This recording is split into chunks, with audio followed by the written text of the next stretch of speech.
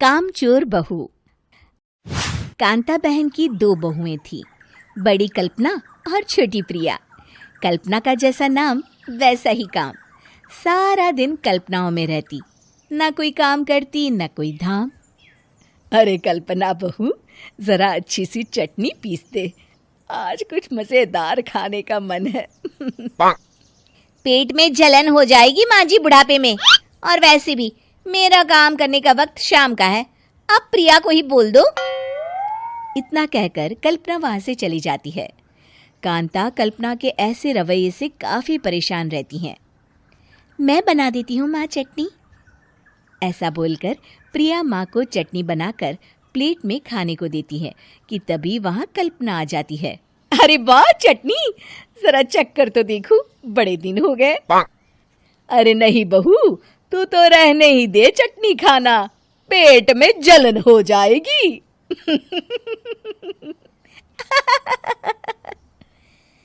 इतना कहकर कांता और प्रिया दोनों हंसने लगते हैं। कल्पना सारा दिन या तो मोबाइल में यूट्यूब देखती या फिर सोती रहती। उसका कमरा भी बिखरा और गंदा रहता। एक दिन कल्पना का पति अशोक उससे कहता है, अरे कल्पना, जानवर भी उस जगह को साफ कर लेता है जहां वो बैठता है, तुम तो इंसान हो, कैसे इतने गंदे कमरे में रह लेती हो? देखो सारा सामान यहाँ वहां बिखरा पड़ा है। ज्यादा अपनी माँ का बोल ना बोलो। हाँ, कमरा तुम्हारा भी तो है, गंदा लग रहा है तो साफ कर लो। पता नहीं तुम्हारे साथ मैं कैसे जिंदगी बिताऊंगा। इतना कहकर अशोक वहां से चला जाता है। कल्पना बस खाना खाने कमरे से बाहर आती और फिर से कमरे में चली जाती। इससे कांता बहन काफी परेशान रहती। एक दिन प्रिया कांता से कहती है, माँ, मैं सारा दिन काम करके थक जाती हूँ, आप कल्पना दीदी से कहिए ना कि सुबह और शाम का काम बांट ले। मैं तो अब सिर्फ एक वक्त का ही काम करूँगी। हाँ। अरे तू वो भी ना करना, एक बहू तो कामचोर थी ही, दूसरी भी आ गई काम ना करने के बहाने लेकर। तभी वहां प्रिया का पति रमेश आ जाता है। माँ, मैं देख रहा हूँ भाभी कोई काम नहीं करती, प्रिया सारा दिन घर और रसोई का काम करती है, अब कुछ करो ना माँ। कांता मन में कुछ सोचती है और कल्पना के पास जाती है। कल्पना फोन पर मेकअप करना देख रही होती है। कल्पना, तुम सारा दिन बस मोबाइल देखती हो, घर का कोई काम भी कर लिया करो। प्रिया सारा दिन काम करके थक जाती है। आज से मैंने फैसला किया है, एक वक्त का काम तुम करोगी, सुबह का खाना तुम बनाओगी और रात का प्रिया। आप लोगों ने काम को हवा बना रखा है। अरे पता नहीं थोड़ा सा ज्यादा काम करने में आप लोग घबरा क्यों जाते हैं। और हाँ, बहुत ज्यादा प्रिया की तारीफ मत करिए मेरे सामने, बड़ी बहू तो मैं ही रहूंगी। मैं कुछ नहीं जानती, कल सुबह मुझे वक्त से खाना चाहिए, रसोई में आ जाना, वरना कल से तुझे खाना नहीं मिलेगा।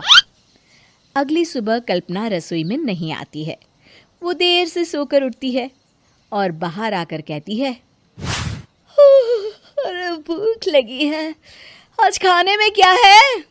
इतनी देर हो गई, आज किसी ने मुझे उठाया भी नहीं, पता नहीं कहाँ है सब। कल्पना को घर में कोई नहीं दिखता। वो रसोई की तरफ जाती है जहाँ बड़ा सा ताला लगा होता है।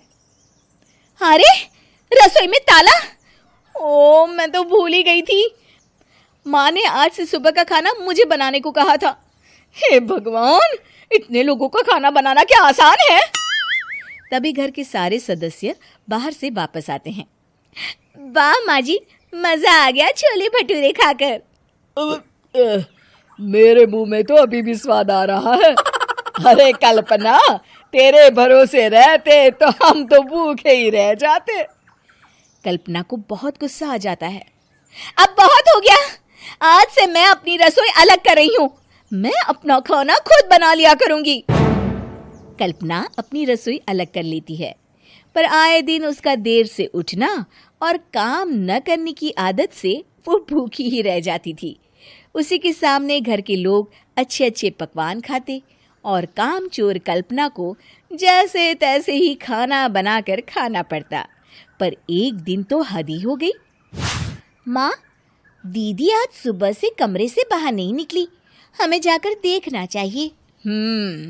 सो रही होगी काम चोर कहीं की, पर तुम कहती हो तो चलो देख लेते हैं उसे।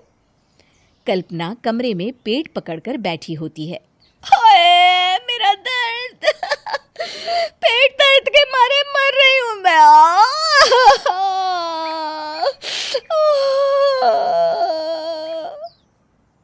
अरे दीदी, क्या हुआ? पेट में दर्द क्यों हो रहा है? डॉक्टर को दिखाया आपने? माँ। कल्पना खड़ी होती है और माँ जी के पास आती है। मुझे माफ कर दीजिए, अब से मैं सारे काम में मदद करूंगी, कभी आलस और काम चोरी नहीं करूंगी। हाँ वो तो ठीक है, लेकिन अचानक क्या हो गया जो तू काम करने को तैयार हो गई? काम चोर कल्पना। माँ, लगातार बासी और उल्टा पुल्टा खाना खाने के कारण मेरे पेट में इन्फेक्शन हो गया है। काम न करना पड़े इसलिए मैं 2 दिन का खाना एक दिन ही बना लेती थी। बासी और खराब खाना खाने के कारण लेने के देने पड़ गए। पेट में दर्द हो रहा है। चलो अच्छा हुआ, देर आए दुरुस्त आए। कामचोर देवरानी। एक बार की बात है, सुषमा अपने पूरे परिवार के साथ खुशी खुशी मोहन नगर में रहती थी। उसकी 2 बहुएं थी, पल्लवी और शिवानी। एक दिन दोनों बहुएं रसोई में काम कर रही होती है कि तभी उनकी सास सुषमा उन्हें बुलाती है। अरे बहू, जरा इधर तो आना। शिवानी, जरा जाकर देखना सासू माँ क्या कह रही हैं। दीदी, आप ही देख लो ना जाकर, आपको भी तो सुनाई दे रहा है। अरे मैं आटा गूंद रही हूँ ना, तुम चली जाओ। हाँ तो मैं भी तो सब्जी काट रही हूँ ना दीदी। अरे बहू, जल्दी आओ। ओफो, ये तो जाएगी नहीं, मैं ही जाकर देखती हूँ कि क्या करना है। पल्लवी सुषमा के कमरे में जाती है। जी मम्मी जी, क्या हुआ? शाम को घर पर कुछ मेहमान आने वाले हैं, तो तुम अच्छा सा खाना बना लेना बहू। ठीक है मम्मी जी, आप बता दीजिए क्या क्या बनाना है और कितने लोग आ रहे हैं। सुनील की मौसी जी और उनका पूरा परिवार आ रहा है। कुल मिलाकर 3 लोग और हमें मिलाकर हुए 9 लोग। तो अभी से ही तैयारी करना शुरू कर दो। और हाँ, घर की सफाई भी कर देना, हाँ अच्छे से। जी मम्मी जी, सब काम हो जाएगा, आप चिंता मत कीजिए। पल्लवी शिवानी को घर में मेहमान आने वाले हैं इसके बारे में बताती है। क्या 9 लोगों का खाना बनाना होगा, घर की सफाई करनी है? बाप रे, सासू माँ ने तो हमें घर की नौकरानी ही समझ कर रखा है। ऐसा नहीं बोलते शिवानी, हम इस घर की बहू हैं और घर के काम करना हमारा फर्ज है। दीदी तो है ही सासू माँ की चमची, जब देखो सासू माँ सासू माँ। मैं तो इतना सारा काम नहीं करने वाली। शिवानी कपड़े लेकर गमला साफ कर रही होती है और चक्कर आने का नाटक करने लगती है। मेरा सर चकरा रहा है। तभी वहां पल्लवी और सासू माँ जाते हैं। अरे बहू, क्या हो गया तुम्हें? मम्मी जी, बहुत तेज सर में दर्द हो रहा है। तुम एक काम करो शिवानी, आराम कर लो। नहीं नहीं दीदी, घर में मेहमान आने वाले हैं, मुझे आपकी मदद करनी चाहिए। अरे कोई बात नहीं शिवानी, तुम आराम कर लो, मैं सब काम कर लूंगी। ठीक है दीदी, अगर आप इतना कह रही हैं तो आराम कर लेती हूँ। शिवानी आराम से अपने कमरे में मैगजीन पढ़ रही होती है। इसे कहते हैं आराम की जिंदगी। इतना सारा काम। चलो सारा काम खत्म हो गया, शिवानी को देख आती हूँ। शिवानी अपने कमरे में ईयरफोन में गाने सुनते सुनते सो जाती है और उसके साइड में मैगजीन भी रखी होती है। पल्लवी वहां आ जाती है और वो सब देखती है।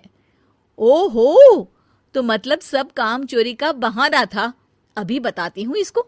घर का सारा काम मुझे करना पड़ा और ये महारानी यहाँ मैगजीन पढ़ रही है, गाने सुन रही है। पल्लवी रसोई से एक प्लेट और चम्मच लेकर आती है और शिवानी को थाली बजाकर उठाने लगती है। शिवानी अचानक से उठती है। उठ गई महारानी, गाने भी सुन लिए, मैगजीन भी पढ़ ली। तुम तो बहुत बड़ी झूठी निकली शिवानी। तुमने सर दर्द का बहाना बनाया ताकि काम करने से बच सको। हाँ, बनाया बहाना। तो क्या करती, इतने सारे काम करती। मुझे कोई शौक नहीं है चापलूसी का। क्या चापलूसी? तुम्हें लगता है कि मैं सारे काम चापलूसी के लिए कर रही हूँ? और नहीं तो क्या। तभी वहां सासू माँ आ जाती हैं। अरे बहू, वो लोग बस आने ही वाले हैं, तुम तैयारियां कर लो। जी सासू माँ, तुझे तो मैं बाद में देखती हूँ। सब खाना खाने बैठते हैं और खाना शुरू करते हैं। तभी सुनील की मौसी बोलती है। वाह भाई वाह, खाना तो बहुत ही अच्छा बना है सुषमा जी। एक एक चीज में क्या स्वाद है। ये सुनकर शिवानी मुंह बना लेती है। उसे अपनी जेठानी की इतनी तारीफ रास नहीं आती। आपकी बहुएं तो बहुत ही अच्छा खाना बनाती हैं। हाँ, बनाती तो दोनों ही अच्छा है, पर आज ना ये सारा खाना बड़ी बहू ने बनाया है। छोटी बहू की तबीयत ठीक नहीं थी, सो इसलिए। मानना पड़ेगा सुषमा जी, आपकी बड़ी बहू तो बहुत ही गुणवान है। पल्लवी की तारीफ सुनकर शिवानी को जलन होती है। पल्लवी ये सुनकर खुश हो जाती है और शिवानी की तरफ देखकर उसे चिढ़ाती है। कुछ देर बाद मेहमानों के जाने का वक्त हो जाता है।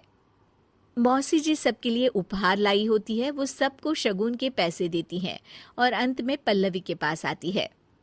तुम्हारे लिए शगुन का लिफाफा तो है ही, पर बहू तुम्हें एक और उपहार भी मिलेगा इतना अच्छा खाना बनाने के लिए। मौसी अपने सोने के कंगन निकालकर पल्लवी को पहना देती है। ये लो, ये मेरे मनपसंद कंगन है, अब से ये तुम्हारे हुए। धन्यवाद मौसी जी।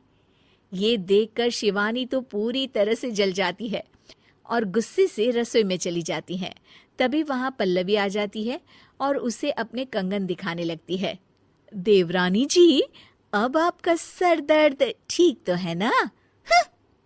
मुझे लगता है कि अब सर दर्द शुरू हो गया होगा आपका।